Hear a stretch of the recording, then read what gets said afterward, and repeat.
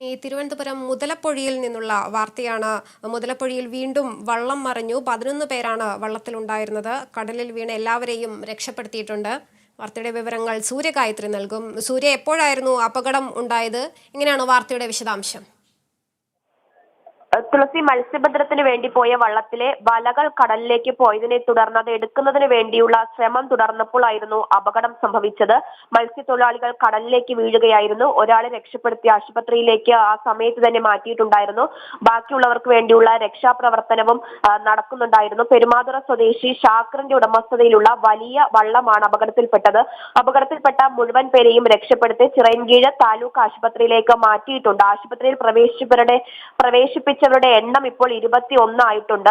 ഒരാളെ മെഡിക്കൽ കോളേജിലേക്ക് ഇപ്പോൾ മാറ്റി. പെരുമാതുറ സ്വദേശി ഹസനെയാണ് മെഡിക്കൽ കോളേജിലേക്ക് മാറ്റിയത്. ഇയാളുടെ തലയ്ക്ക് പരിക്കേറ്റിട്ടുണ്ട്. അബോധാവസ്ഥയിലാണ് ഇപ്പോഴും. മറ്റ് വള്ളത്തിലുണ്ടായിരുന്നവർക്ക് വലിയ പരിക്കുകൾ ഉണ്ടായിട്ടില്ല എന്നാണ് ഇപ്പോൾ അറിയാൻ സാധിക്കുന്ന വാർത്ത. മുതലപ്പൊഴിയിലാണ് അപകടം ഉണ്ടായിരിക്കുന്നത്. വള്ളം മറിഞ്ഞ് 11 പേർക്കാണ് പരിക്കേറ്റത്. ഇവരെല്ലാവരെയും രക്ഷപ്പെടുത്തിയിട്ടുണ്ട്. വാർത്തയുടെ വിവരങ്ങളാണ് സൂര്യഗായത്രി നൽകിയത്.